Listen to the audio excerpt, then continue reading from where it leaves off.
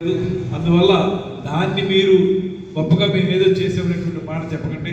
అది ఖచ్చితంగా 2014 నుంచి 19 వరకు చంద్రబాబు నాయుడు గారి సమయంలో, ఆ తర్వాత ఇప్పుడు మళ్ళీ అధికారంలోకి వచ్చిందో 24 నుంచి 29 వరకు దాన్ని పూర్తి చేసుకునేటువంటి కార్యక్రమాన్ని మేము సిద్ధంగా ఉన్నాం.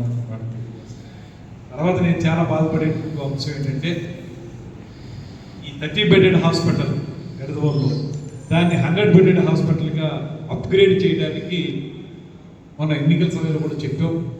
గత ప్రభుత్వం చాలా గొప్పలు చెప్పుకుంటే శంకుస్థాపన చేసామని ఇవన్నీ ఇవాళ నేను అక్కడికి వెళ్ళి ఫైల్ తీయించాను.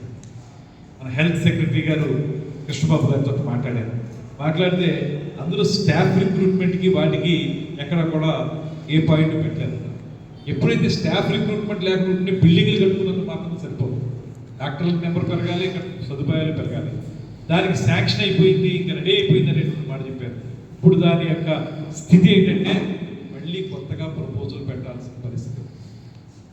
వాళ్ళు ఎన్నో కబుర్లు చెప్పేసి దాన్ని ఏమీ చేయకుండా వదిలేశారు. ఇప్పుడు నేను కొంత మేరకు అయిందేమో దాన్ని ముందుకు తీసుకెళ్తామనేటువంటి ప్రయత్నం చేద్దామని మాట్లాడితే, మీరు కొత్తగా మళ్ళీ దానికి ఒక రిజర్వేషన్ పెట్టండి, దాన్ని బట్టి మనం చేస్తాం, దాన్ని సమగ్రంగా పెట్టండి.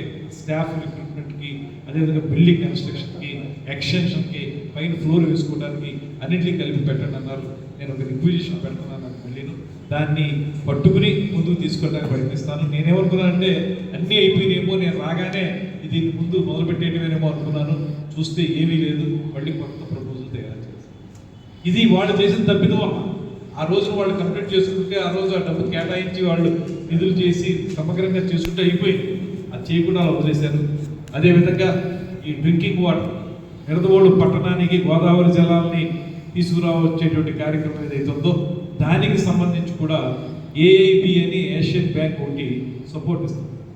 ఆ బ్యాంక్ నుంచి రావాల్సిన నిధుల విషయంలో కూడా వీళ్ళు అలసత్వం వహించడం వల్ల వాళ్ళు ఇప్పుడు కంటిన్యూ చేయాలా, నిధులు ఇవ్వాలా లేదని మేము మనసులో